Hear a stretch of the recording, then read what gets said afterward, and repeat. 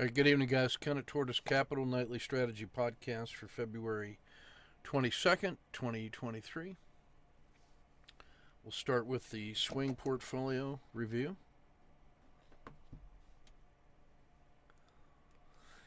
So this is Alcoa.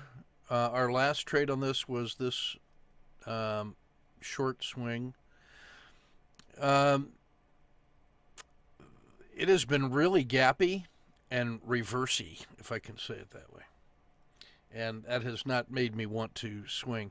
The opportunities on that one would have been after this harsh sell-off and then the reversal of the RL10 and then that it didn't fail further and a PSAR flip.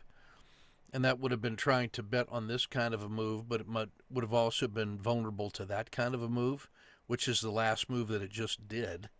So I wasn't interested in that. Then when this held and reversed to here, all it really did was just find support where it had found support before. Again, I didn't see a compelling reason to believe in that move when that move was also there.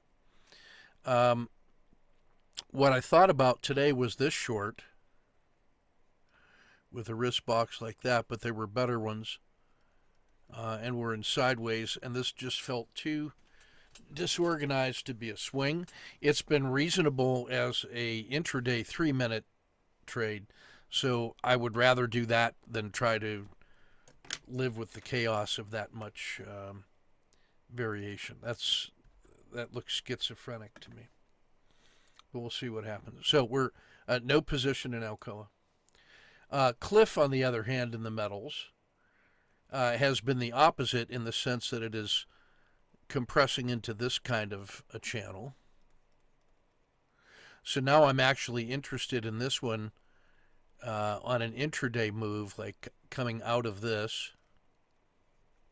And then if I can get this on a 3-minute, I'll be looking for, I would think about making it a swing trade if it gets out to the north with an idea of going to here, or getting short on a swing here with the idea that it comes back to the 5-day low. So this one looks to me as an interesting little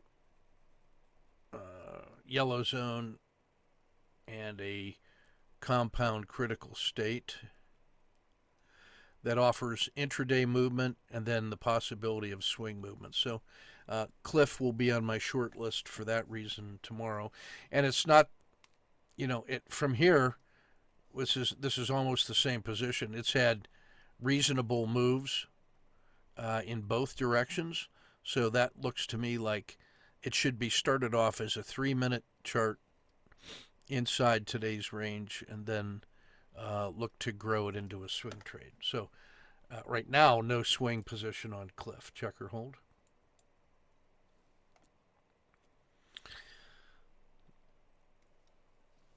CVS has been an orderly 2-day swing, and I just like that one to exit right here. It was a +1. I wanted to raise some money. And this showed no evidence of a big breakdown at the same time that the market has gone from bull to sideways. So I just felt like I'd rather take a bird in the hand worth 2 in the bush and reduce my overnight exposure.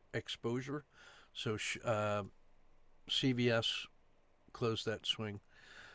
We are still on this on a long trade here in Devon. This almost feels like dead money and was white-knuckling it inside here today. I was ready to go short if that had violated, but it didn't. This failure to fail after this big move down actually feels like there may be some possibilities for the upside. So I was willing to hold this one even though it's flat or slightly underwater. I'm willing to hold that another day and see what we can get. Emerging arts, electronic arts, excuse me. This is the Godzilla that will just not rage. And so today, just after it gapped up and started to sell off and made a little fraction just to get out of it, I'm getting ready to take it off the list because it's not behaving like a Godzilla. It's behaving like a confused duck that's been hit on the head. As Lincoln said about some of his Civil War generals. So this is emerging markets. Now this is the same argument, by the way, that I showed before with Alcoa, that where it had stabilized in here, and I thought about playing the end of the day PSAR flip in the hopes of getting that. In emerging markets, that's what this one actually was a and so on the 17th, going into the end of the day on failure to fell further, PSAR flip looking for this. It immediately gapped down and broke, and then we stopped and reversed. Got a 2-day trade out of this thing, and it's been stabilizing. So I wanted to get paid here so that I could get +2 out of this trade in order to pay for the -1 on that trade. I just like to get even and one step ahead. So cash 2R in EEM today and flat overnight. Mexico, a similar idea. Micro gain. And then just terminated this one early because yesterday it had closed in the dragon and then started rolling up today. So I wanted to make +1 on this one. So we're flat on Mexico. I sort of like this setting up right here, though, because that has a Kata 2 feel to it. This has winter turning into the spring, and it didn't really fail any further in here. So I almost feel like this could start off, since this is Mexico, this will be it'll start off on a 3-minute frog style or intraday, and then I'll play it intraday to here, and if it can break above today's high, then I would be inclined to try to get that as a swing trade going this way, and then if it can clear 58.50 and 58.75, these two resistance levels, this is really, I would like to have, in a perfect world, 2 positions long from there. And so we have a chance to start this off on the intraday on 3 minutes, turn it into a tentative swing, confirm a swing, and then get 2 positions on the swing if it breaks out higher than that. So that's close to being pretty good. What you're getting is a compound Kata 2 if all of that holds. If that doesn't hold, then on the 3 minutes, then this is tradable intraday, and then add a position if it breaks below the RL10 with the target of 56.50, which is where you'd want to have 2 positions. So Mexico will be on my short list. Brazil closed the short today. I wanted to get paid. That was the PSAR flip and breakdown. Here's where it turned to winter. This would have been a place to consider a second position, but was content with this. The RL10 smoothly starts turning. Take it at the edge of the river. Notice how easy it is to make decisions off the smooth RL10 instead of trying to interpret all this price action. The RL10 just sort of navigates through all that bumpy water, and then when it flattens out and starts to curl and price hits the edge of the dragon, that's enough. And then there's about 1 unit of risk and 2 units of reward. That's about +2.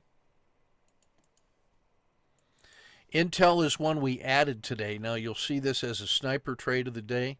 It turns out that we just been foolishly watching this fail. So today I was prepared to trade it, and then all it did was morning hook and run up, which we got, and then the cascade rolling over, which reverted back to this, became a series of intraday trades, which funded the risk of a swing trade short from 26 even, and which closed weekly, and which I will add to that position on a swing if it fails further tomorrow. So finally got off the sidelines and started trading this thing. And there's a lot more weakness ahead where that's coming from. As you can see, there's no, it's already testing this this key. So if this fails, there's no support over here whatsoever, and Intel's in dire straits.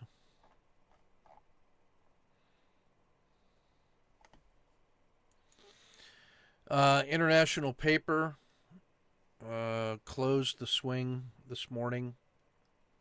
So we were short from the gap down and harsh sell-off. This is where it closed yesterday. It did not fail further and started to reverse into the dragon, so decided to capture 2.5 on that one.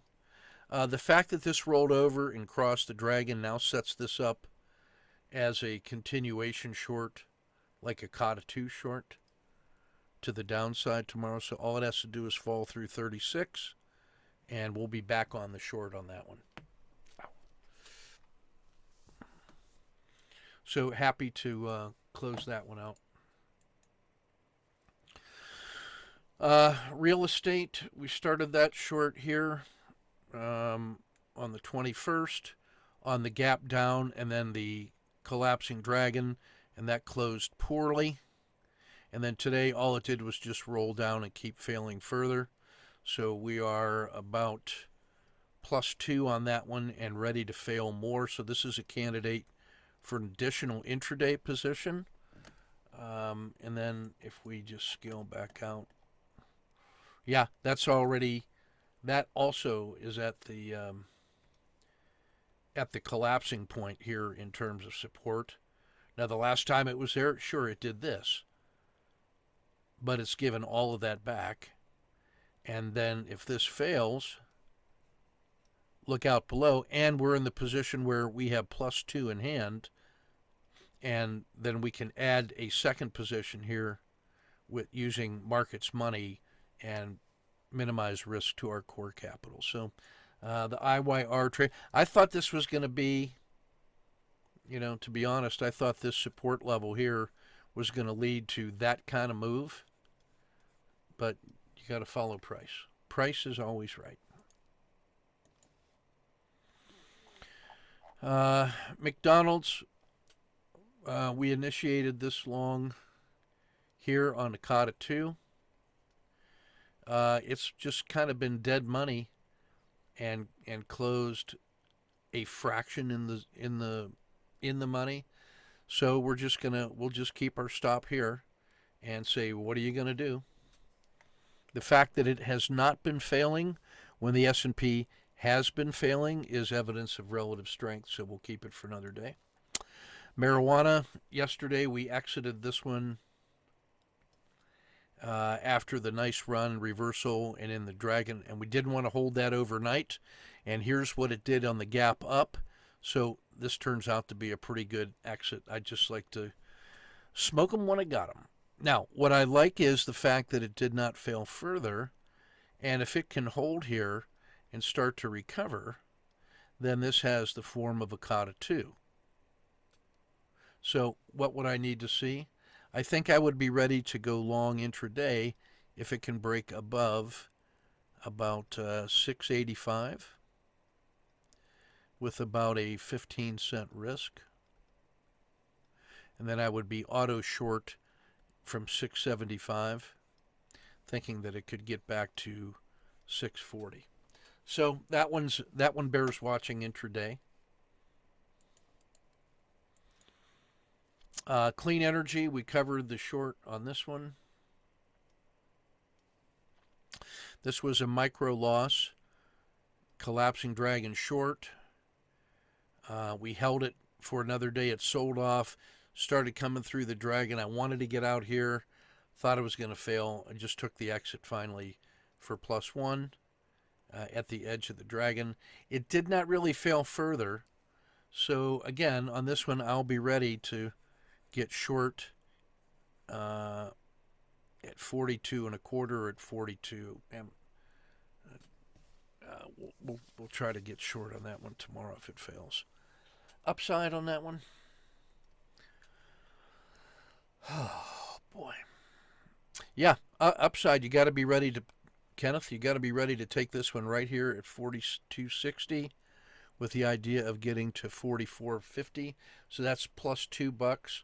So that would be about a 70-cent risk, and you got 2 to 1, Kenneth. So I got to be ready to go long that at 42.62 tomorrow.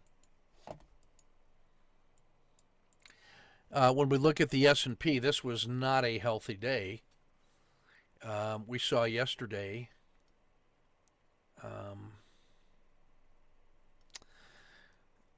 it tried to hold this, and there was a little bit of a bump, and then failed and closed weakly. So that's not healthy. It's under 400 for sure. And if it drops below 397, look out below. So this is getting more dangerous, and there's less buying pressure, not more buying pressure. So keep that one in mind. Now, treasuries, I bought this one this morning on the PSAR flip on principal with a standard risk at below the RL10 belly. And the idea is that treasuries are 5.8 to 1 on the R10, or risk reward, I mean. So it's at 5.8, and with that much, and that's based off a daily range of that much. There's 6 of those, 1, 2, 3, to the 10-day high. So let's pull out from that a little bit and see why that's the case. So here's the 10-day high on treasuries. This is a pure just mathematical odds play. So there's the 10-day high. And there is the range risk. And so when you see 5.8 to 1, and it's holding support right at the key price level of 100, and it PSAR flips, I just say, well, I'm going to hold my nose and buy that one with a small risk. And if it violates below there, I would go short. So I'm long from here. Again, with this much risk. And then that is 1, 2, 3, 4, 5, 5.8 to the 10-day high. That's how you get that kind of reward to risk ratio. Now, where are the intermediate resistance levels that I got to watch for? Right here, 102, 104, probably 106. So those are all like $2 steps all the way up, and I'm risking about 50 cents. So that feels like the price ladder's in play, and this could be the turning point. I don't know. We'll see. That's a pure percentage play. No belief one way or the other. Here's Tesla. This was one I thought strongly about. On the PSAR flip in here today, because I saw this sort of as a, if not a kata 2, at least a channeling. I don't think it's a kata 2 because you have this intermediate low and this one is lower. So I don't see that as a kata 2. And that was the main reason I didn't take it, that this move down has been decisive with lower lows. The only thing going for this trade at all is the fact that it's at a support level for fanboys that took it up to 218. But the market was getting weaker, so I was not interested in that one. If I'm wrong about that, then this should really just take off because it's through the PSAR and the dragon has turned. And so tomorrow, a continuation above today's high would be an owl entry, because you have the you would have an RLXD out here, or a P1 way out there, and we'll have RLXD'd here, and the dragon will have turned, and on the full indicator suite, you'd see that as an owl entry. So that'll be on the watch list for tomorrow. And then finally, U.S. Steel. Today was just a nothing day. It gave a quick, it did the PSAR and then run up, and then started failing so fast I just scratched out of it. Didn't like it. And it was dead money all day. And this will be one like CLF and AA, all the metals, where I just have a tight breakout box, so I could play this on a 3-minute chart to here, or a 3-minute chart to there, and then be ready to initiate swings outside of today's yellow zone. Because there's enough room up in here to justify a swing, and if this support level here collapses, there's a swing to the downside. So no hurry on that one. It'll be just a regular trader tomorrow. All right, so that's the swing portfolio. We added Intel as the symbol, and I'm close to dropping Electronic Arts unless they wake up.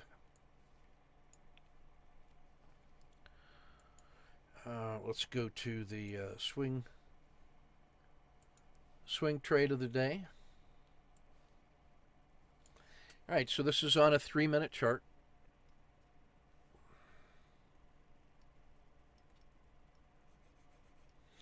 This was yesterday's close. Here was a gap down, sold off to the bottom of the OR3, rose all the way to the top of the OR3, and then closed right here. So just following the standard procedure, I would get long there, I would get short there, and it broke out above, so we get long, and then the standard risk box on this thing is only like that. And in the first 2 minutes, it gets all the way up into here and then settles back here. So that's just the OR3 standard entry, check or hold.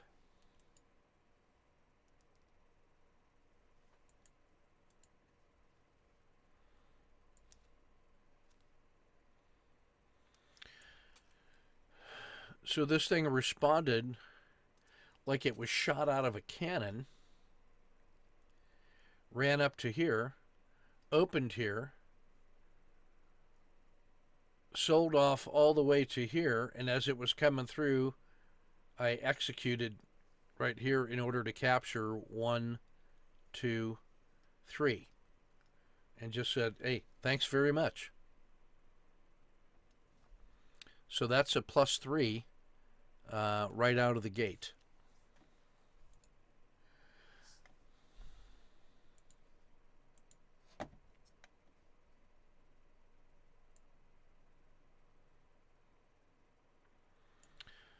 A few bars later, you get all of this. So it couldn't even get back to there. It had 2 chances to get up there, and it failed. And then the RL10 rolls over, comes and hits the dragon, the spine, leaves the dragon, while the RL10 is now penetrating the dragon. So, okay, I can take a hint. Short. Standard risk. And now my tactical trade is to here. It has to violate this price level. If it does, what would a short here be called? What would that be called?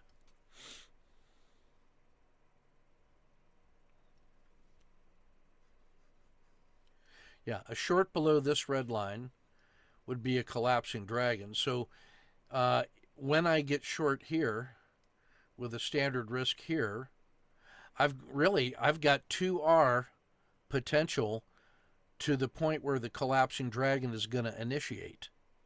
So if it does that, then I would expect price to be collapsing, and then instead of trying to enter and then chasing that and wonder where I'm going to get a fill, the only thing I have to do is get my risk out and adjust my stop, which is far less stressful. So that's the idea behind front running that collapsing dragon.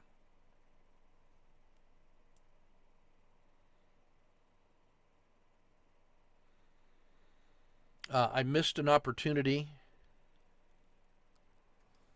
for a second position here, which would have been a collapsing dragon on that. That would have been a collapsing dragon. That's our little R10 wiggle, if you follow our language.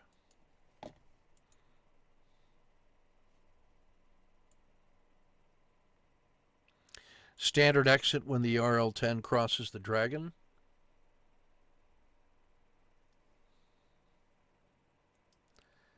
So 1 unit of risk, 2 units of reward.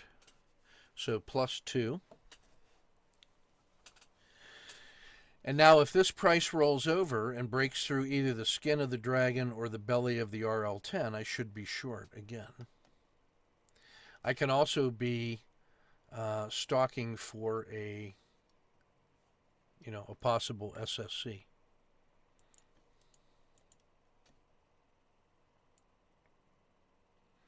Rolls over, caught a 2 to the short side. Standard risk.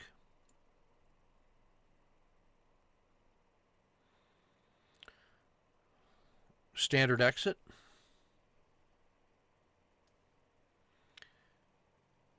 One unit of risk, 2 units of reward. So that's about +2. This one was about +2. The other one was +3. So we've quietly netted about 7 on this one in a pretty orderly trader.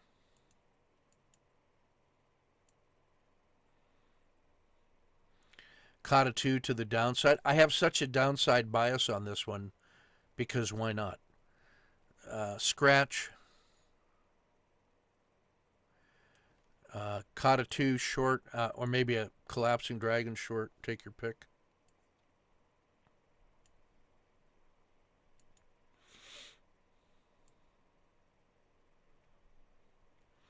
Another 1 or 2, and now it's close to the end of the day. And I think that was all we got on that one. So that's Intel. And so that's about +9 on the intraday.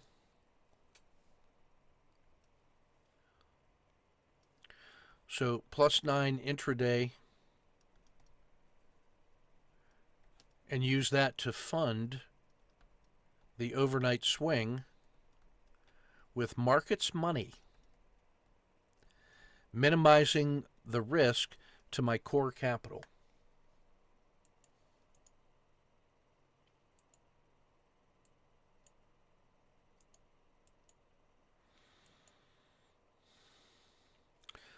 So that's what that one looks like over the course of the day. The surprising move was that early rocket ship kind of move right here, the big gap, and blew through that, so why not? And then the rest of this was just an orderly, painful sell-off. And that funded the short swing in Intel, which, as a reminder,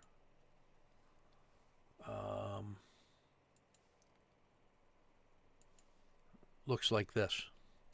So this little spike was the one that gave us 3R intraday after the OR3 entry, and then when it rolled over and collapsed, it allowed us to get short at 26, which is a collapsing dragon entry off of this on that 30-minute chart, and then it was just an easy ride down, and then I'll just add more to that tomorrow if that fails. But if it starts recovering, I'll just watch where the PSAR hits and use the PSAR as a guide. I won't let it jump over that and go. I'll use the PSAR as the exit. Check or hold. So that's a combination trade right there of 3-minute and 30-minute in hybrid day and swing trading. And that's how Intel gets onto the swing portfolio list. We grew that trade from an intraday trade. Plus, it was just, this thing has been such a powerful losing uh, trade. If we just look at the daily, I mean, this thing is just horrible. Um, this purple box is the 150-day look back, right? That's 150 days of look back. There's your 30, just been weak. Could never get out of it. And now it's testing a crucial level right here. So if this fails, Intel, man, this feels almost like General Motors back in the day when they just couldn't get out of their own way. So let's look at this on 3-day. Turn off some of the junk here. Oh, the end of a great American company right there. Now, something's going to happen here, right? This is such a decisive point. Can't you just feel like something's got to happen? Or is it going to stay? Have we found the perfect price forever for Intel in that little space? They're either going to wake up and discover that they make semiconductors in a digital world, or they're just going to go to zero. So Intel, absolutely in play. If we look at the 9-day on this thing,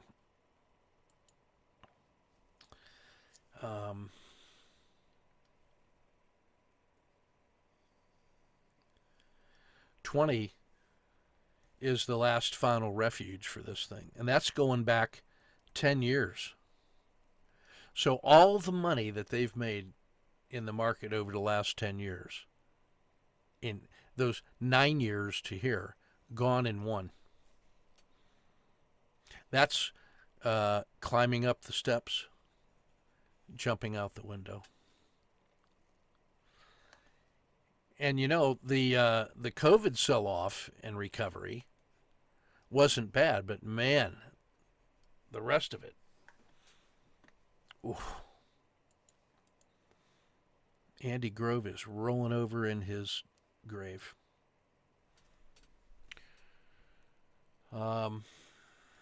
You can argue that that is sort of the future of America right there. Old school America. That is a must-watch. Tesla and Intel are must-watches in this space. All right.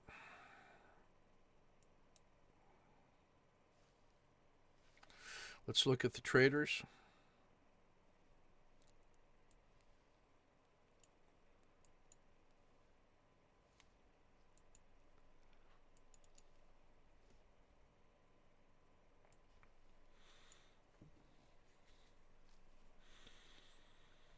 All right, so this is Devon Energy.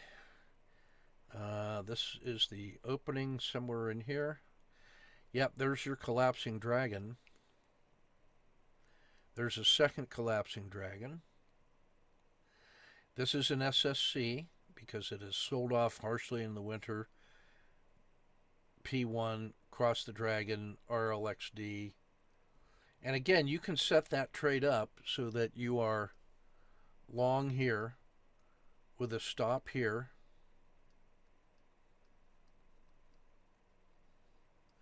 And then if that stop gets violated, you just go short as a CD, but otherwise, just stay in it. One trade. Look at the PSAR, never flipped. So you got to start with a respect for where the PSAR flips as the indicator for where your stop should be. It doesn't even matter what the amount of dollar or the prices are, except when you're calculating position size. But you know, that's the technically indicated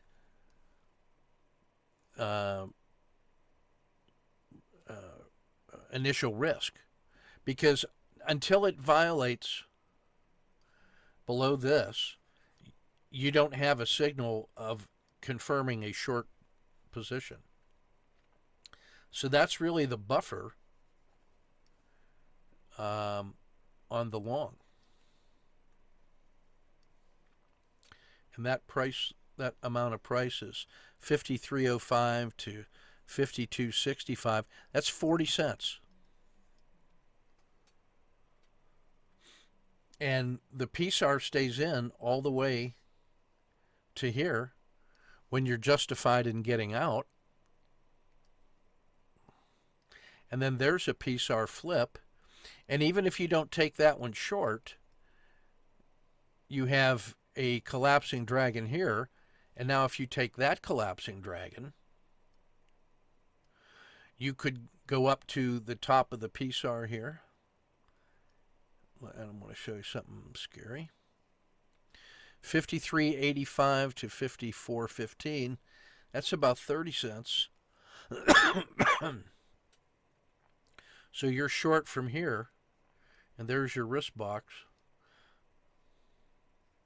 So there's a genuine reason to respect the collapsing dragon.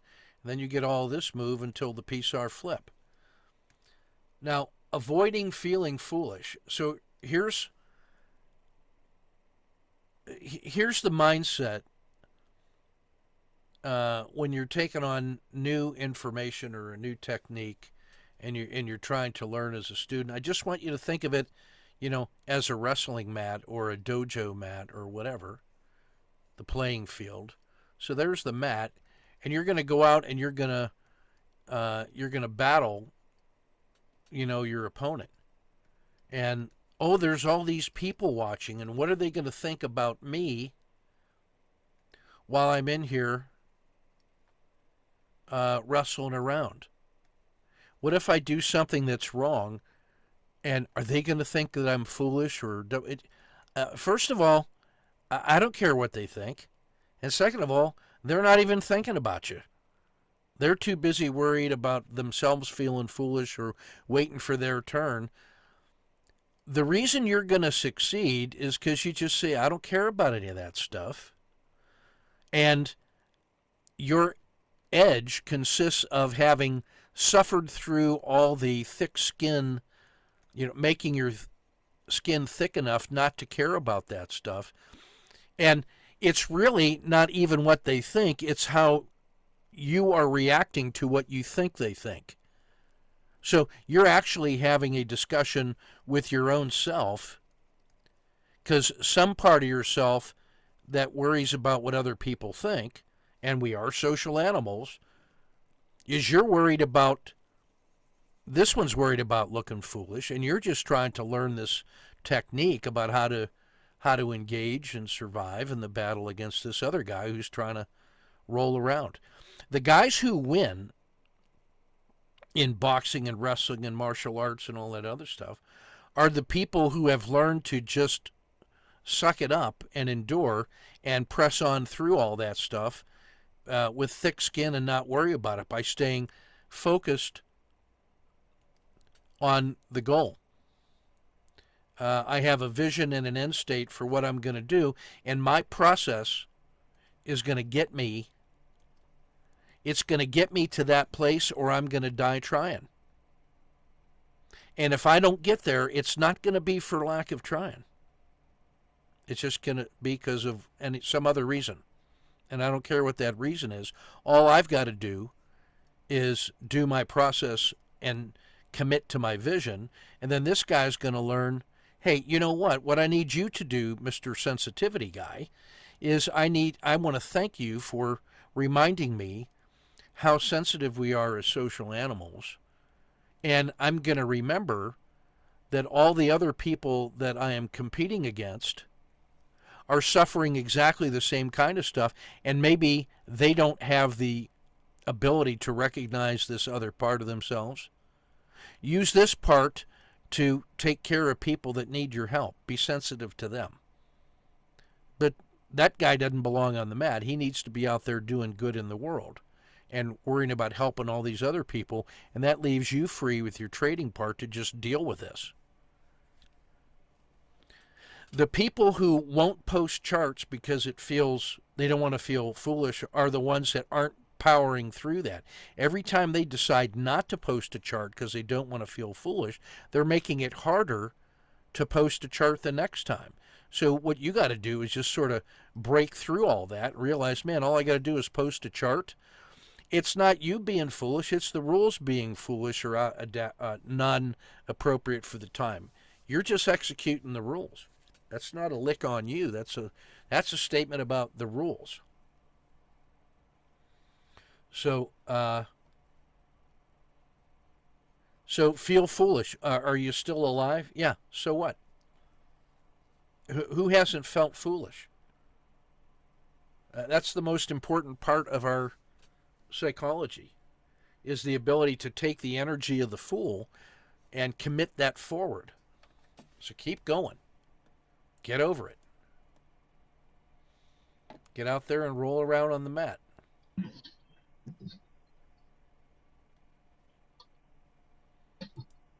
All right. Here's Satya.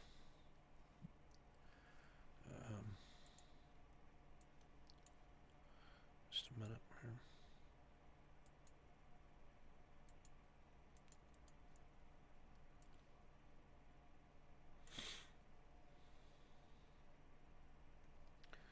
here. Here's Alcoa, 3 minutes. OR3. Second bar takes the entry. Standard risk. Gets paid. There's the R10 crossing the 3-period baby dragon, so he just gets out like he's supposed to. Doesn't trade in the chop. 1.5. Here he is on treasuries. There's the close. There's the gap up. There's the OR3. Standard entry, standard risk. R10 rolls over, crosses the baby dragon. He's out. 1.5. Stays out of the chop, even though, arguably, there's a Kata 2 that he wouldn't lose money on. There is an owl he wouldn't lose money on. There's a Kata 2 he would certainly make money on. And there's a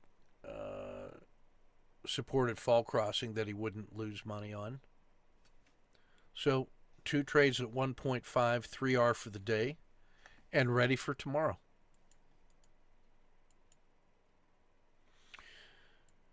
Here's, let's see, this is Woj.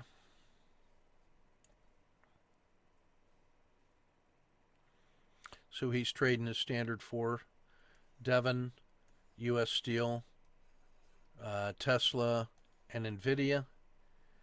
Tries one on the breakout, misses that, misses the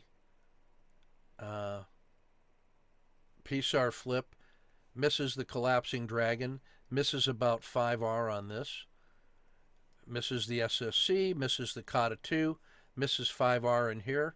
So that's 10R that was reasonably available. But he gets plus 2.2 on U.S. Steel and in here, so there's 5. Ends up scratching around in Tesla. Misses this because he was in working hard on U.S. Steel. And then in NVIDIA, retains a little bit, misses this, misses that. So 5.3R for the day. So do you care about the 5.3 that you got, or the 20R that was also possibly there?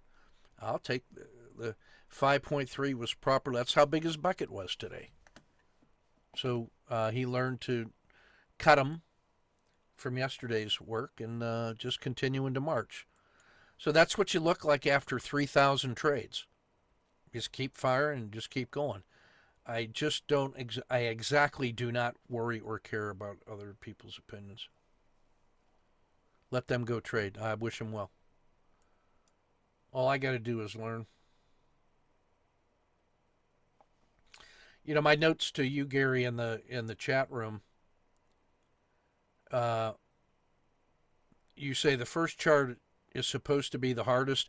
It is, but the second one and the next 10 are even harder now that you've gotten over the newbie feel and all that. And then you start seeing more and more and more on your charts. So each one of those gets hard until you just realize, well, hey, I'm going in there and sparring with the champ. The market is the champ. I'm going in and sparring with the champ. What do you think is going to happen when you get in the ring with the champ and sparring? You're going to get hit. Who ends up becoming a champion? The guy who can take a punch. Get in there and get hit. And the people that aren't willing to take a punch but want to be boxers, that says more about them. If you're a boxer, you're going to get hit, and that's part of the sweet science. How many times do champion boxers get hit in sparring? What should we expect when we get in the ring? The best part of sparring is that it beats all your worries out of you and all your illusions. Then you discover if you're a boxer or a wrestler or a jiu-jitsu player or a fighter. Do you keep going? Well, yeah, that's the life you chose.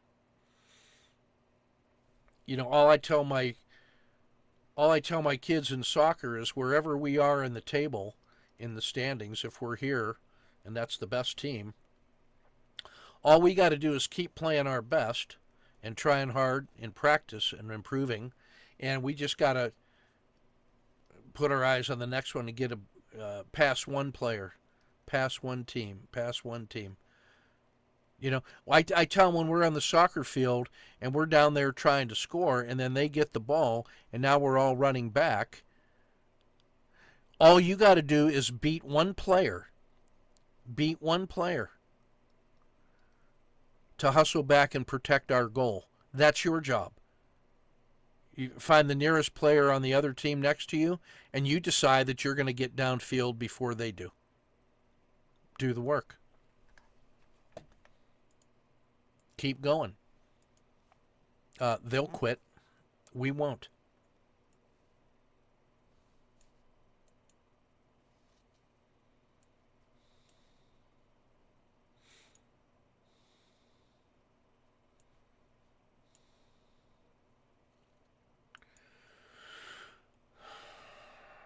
All right, here's the 150.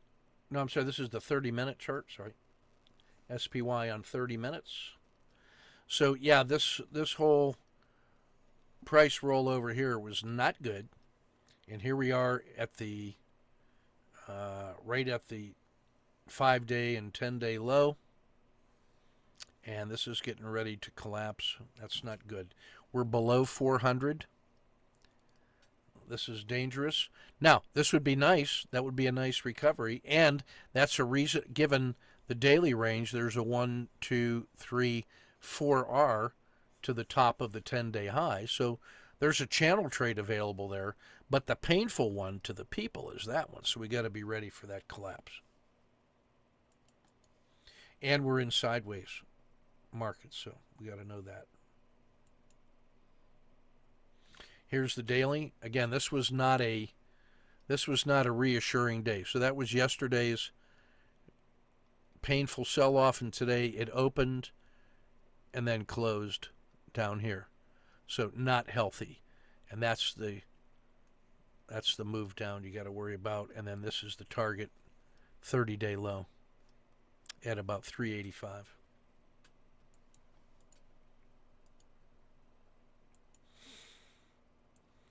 Inside our auto framer, again, we're working on this one sorted by reward to risk ratio.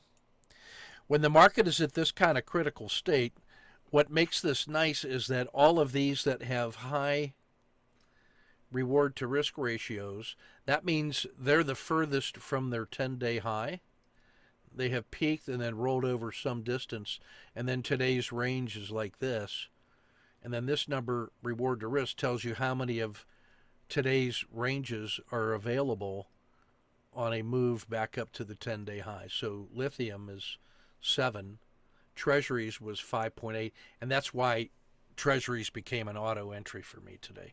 But Devon Energy is poised to either make a nice recovery or it breaks down big because it's fallen the most from its 10-day high. That's why this is a really good, everything that is poised for greater risk or reward than the S&P is in a special condition and ready to break in either direction hard. That includes, in the indexes, treasuries, emerging markets, diamonds, and the Qs, but also Microsoft, critical state, Squarespace.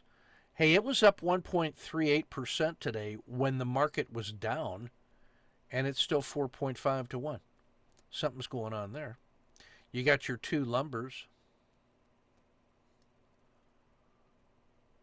So that's of interest. And here's your intraday.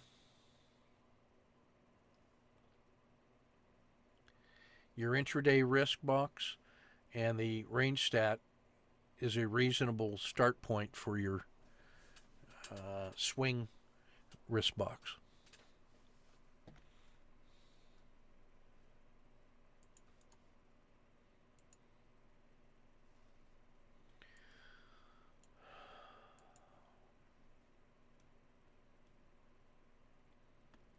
Let's go to reports and dashboard 1.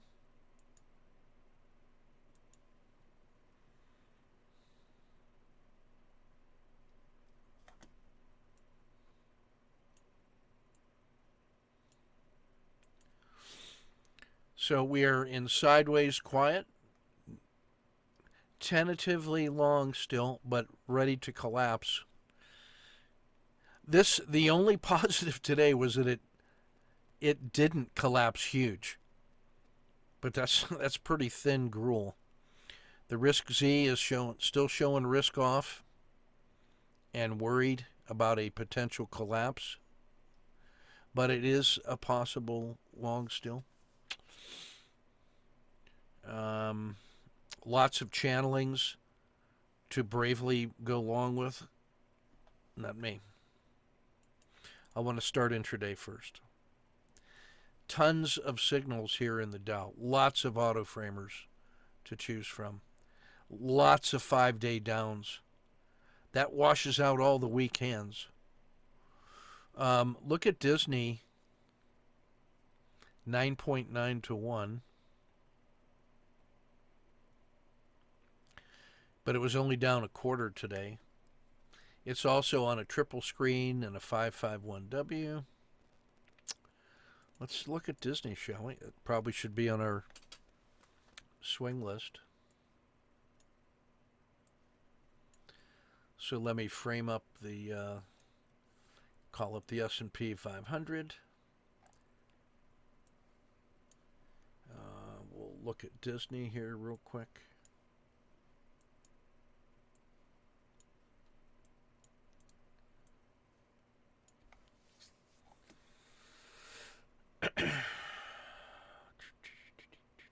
$9.9 to 1.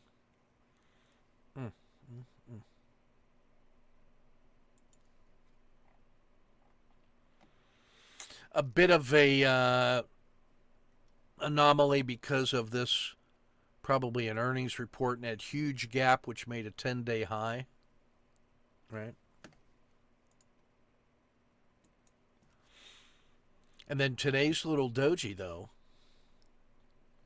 I mean, that's the beauty of this, that if this thing was really in a raging collapse, wouldn't you have expected a wider range than this? Does that mean that everybody that was going to sell has sold? Could be. I don't know. Time will tell. But if you put that little range box on it, sorry, that should be red. There's 9.9 of those. 4, 5, 6, 7, 8. That's pretty good. 9.9 of those to the upside.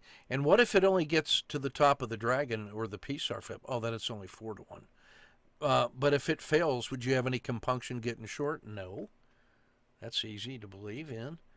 So that's a pretty special case in Disney right there. How orderly is that one? Let's get that one on the swing trade portfolio for tomorrow. How good is 9.9 in the S&P? So if I just go to the S&P and run to the top, It turns out that Disney at 9.9 is the single best reward to risk ratio in the entire S&P 500. Would you like to know that? Yeah. TC 2000 does it for you automatically. There's a strong argument. And then look at this nice orderly movement. How come I haven't been swing trading that one all day? Well, you get busy. But boy, this sure is a compound critical state. And if this works here and starts moving up, wouldn't you be happy to call that a COTA 2 and be glad that you did? Sure.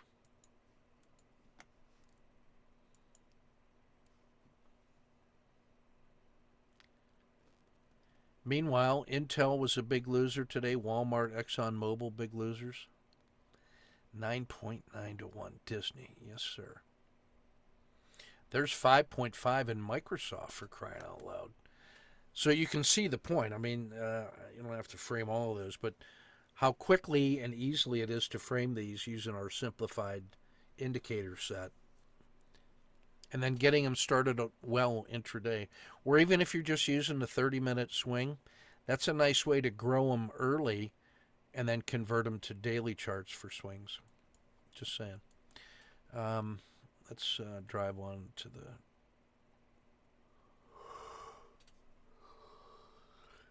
Godzillas. Mostly stealthy Godzillas in here. EA is still just teasing. Nothing in the tactical symbols.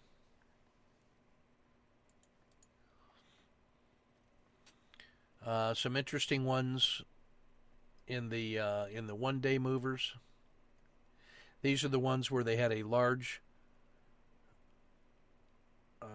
1-day Z-score move. Then I like the ones that are also abnormally volatile on the 5-day, because that means these things are raging. And then on the most volatile, which finds the ones that are exceptional on a Z5, I'm also interested in things that were on the 1-day they were abnormally volatile or abnormally quiet. There's our buddy in Intel. And that's why he's over here on the 1-day mover as well. So lots of interesting ones to choose from. Target-rich environment. Then today's weaknesses abound. Hardly anything any good in here. We could maybe make the quiet argument for Procter. Where's my Disney in that one? I thought Disney was in there. Nope. And the ETFs, boy, there's nothing to choose from in there except Mexico was an interesting one from today. All right, so plenty of work to do for tomorrow. Let's be ready for it. And yeah, Bill, option straddle for Disney, that's obvious. That's the kind of thing that that Danny has in his 11-lesson options course, where he shows how to use professional option strategies specifically for our swing trading systems. That's the best course on options you could buy if you are a tortoise trader, by the way. That is an unexploited resource for you. He designed the TC 2000 framework for us and designed options strategies specifically geared towards our swing patterns and the TC 2000 bundle. So that would be one of the standard lessons, is how to do a straddle and Disney on that one. Right? Yeah. All right. So that's everything I got. We'll get this published and posted, and thanks for your attention.